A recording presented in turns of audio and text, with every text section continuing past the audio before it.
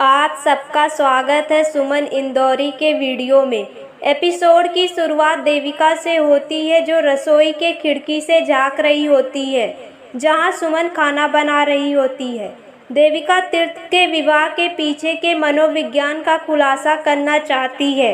जब सुमन रसोई में खाना बना रही होती है, देविका चुपके से वहां आती है और उसके बनाए व्यंजनों में नमक मिला देती है।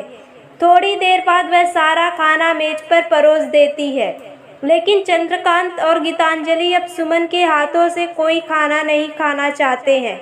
लेकिन तीर्थ परिवार के सदस्यों से अनुरोध करता है कि रसोइये को जज किए बिना खाना खा ले।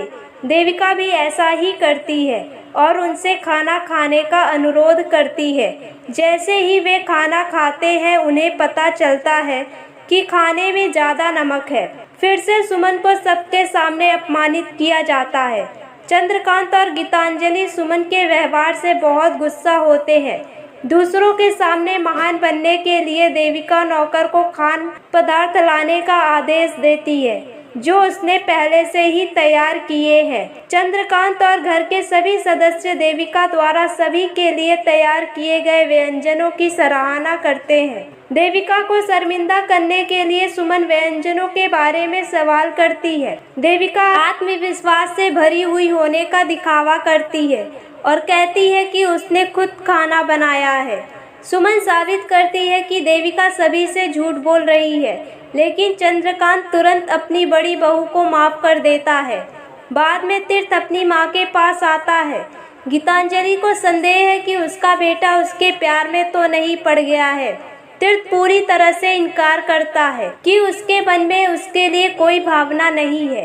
हालांकि उनके बीच दोस्ती का एक मजबूत बंधन है, लेकिन उसके मन में उसके लिए कोई भावना नहीं होगी। गीतांजलि तीर्थ को चेतावनी देती है कि सुमन से किसी भी प्रकार का लगाव ना रखे, क्योंकि उसके लिए 6 महीने बाद सुमन को छोड़ना बहुत मुश्किल हो जाएगा। तीर्थ अपने दिल के बारे में बहुत आश्वस्त है और वादा करता है कि वह अब अपनी पत्नी का अनादर नहीं करेगा। रसोई में देविका सुमन से भिड़ने आती है। सुमन ने पहले ही देख लिया था कि देविका दूसरे व्यंजनों के साथ खिलवाड़ कर रही थी। सुमन देविका के बुरे व्यवहार के लिए उसका अपमान करती है और चुनौती देती है कि एक दिन ये परिवार उससे प्यार करने लगेगा। जब देविका सुमन को दंडित करने की योजना बना रही थी, तो कृतिका ने उसे चेतावनी दी कि वह सुमन के साथ कोई गड़बड़ ना करे, क्योंकि तीर्थ ने पहले ही वादा किया है कि वह उसे 6 महीने बाद छोड़ देगा। रात में तीर्थ सुमन को एक नया मोबाइल फोन देता है। हालांकि उसने अपनी माँ से वादा किया है कि वह अपने पत्नी के करीब नहीं आएगा, लेकिन तीर्थ सुमन के लिए अपनी परवाह दिखाता है। सुमन को लगता है कि तीर्थ भी उससे प्यार करने लगा है।